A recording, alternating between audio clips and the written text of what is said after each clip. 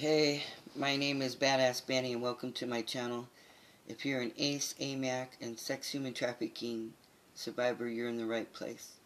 And it won't cost you a penny to like and subscribe and to share worldwide. And please leave a comment down below and on the video. Today I'm going to share a personal story, AMAC story, adult molested as a child. And it's about two boys, Dylan and Mylo. I was about 8 to 10 years old. I'm not real sure when it all started, but Dylan was more the perp, and I just remembered that he would get on top of me, and we called it humping back then.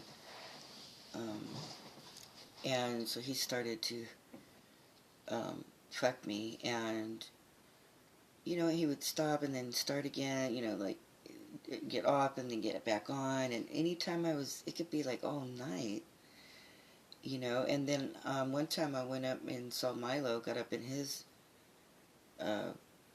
bed. They had like a bunk bed or some sort, and I went up and saw Mylo, and then he was like, hey, you want to do it? I'm like,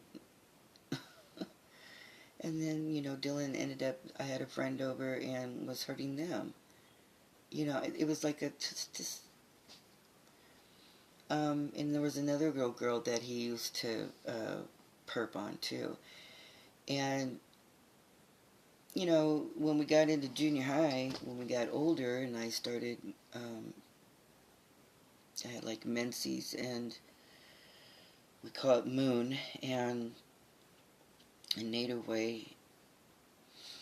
But in junior high, Dylan would tell everybody that we were having sex. And I didn't, when I found out, I was horrified, my peer group. I'm like 12, what the hell?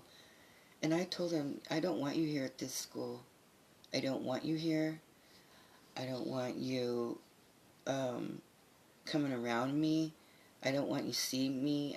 You don't get to touch me. You don't get to be on me. I set some boundaries. I was like 12 when I found out that he told me. I told everybody that we were having sex. And I'm like, oh my God. And I'm sure people believed it. I remember there was one girl peer group that liked Dylan, and she would give me the glare, and it's like, and I knew that she knew. I was so horrified, and I did act out. I think I ran across the street on a dare to the courthouse and hid in the bathroom, came out, and there's the vice principal. And I did have to do some detention or go, actually, this was actually helpful, but then sent me over to the courthouse to watch a judge for the day or the morning or what have you. And I learned a lot. It curbed me of that. So I was grateful for that. But, Dylan, I had to make really strong, firm boundaries. Like, I don't want you at this school. You need to leave. And he did. Went back to another town. He was already living in another town coming to my junior high. And years later, I talked to his mom. This was like 5 years ago, okay? And this is how many years it took just to have understanding, more of a deeper understanding, of the whole picture. And the mother is a friend of my mom's, and I've known her for years. And, excuse me, we met up and talked, and she shared her story. And basically, was telling me that she's a survivor of spousal rape, and her son Dylan and Mylo, they would watch. The dad would always get on top of her, she said. And,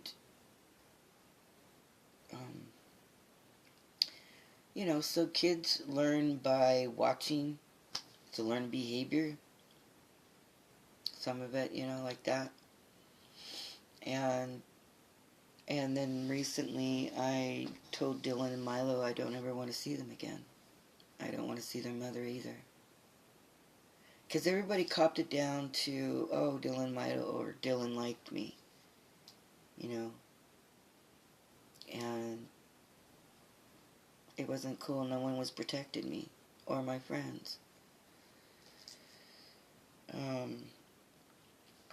You know, I was the type of person one time, this is a different story, but there was a kid who was older than us in our neighborhood, and he would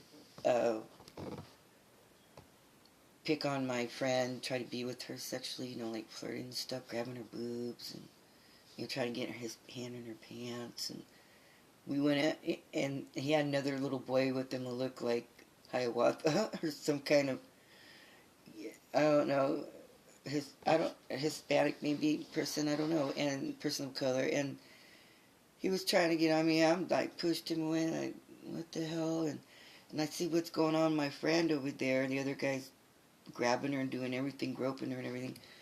I grabbed her, and we got the hell out of there. You know, that's the kind of friend I am, man. So, you know, I can stand up for myself. And I have. It's taken me this long, these many years. Someone told me, you know, healing takes as long as it takes. So, I set those boundaries. I feel good. And with my mom, again, it's just, I talked to my reverend about it, and it's about, you know, giving her to God. And, you know, my mom was like, well, I've saved 3 years of birthday presents. And I'm like, what are you talking about? You know, it's just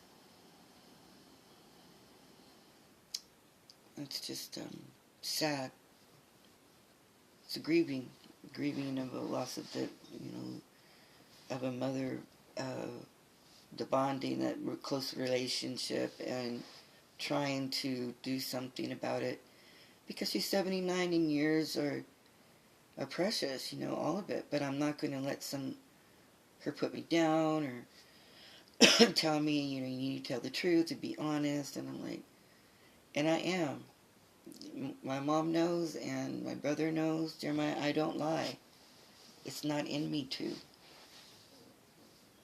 And it's hurtful that they're being this way. And I'm gonna do what I need to do to take care of myself, and that's what I ask you all to do as sexual assault survivors. You know, like, believing in the person is so important. It's not like I'm sitting here like, who want, you know, to talk about this shit? You know, come on. And it's just, no. I've done the inner work, and I'm sharing. That's why I'm doing these videos. And so that's one of my stories, my AMAC stories. And because of it, the having sex early, in a female body, you can develop a fibroid. And that's what happened. So, anyhow, God bless you, and however your higher power is, I hope you're not offended. I can't make everybody happy, and that's not what I'm here for. But I'm here to share my truth and my experiences, and hope that we can all make it through this. I call it the Twilight Zone, for all those who are old Twilight Zone people. Yeah. Alright. What are you going to do? Take care of yourself, folks.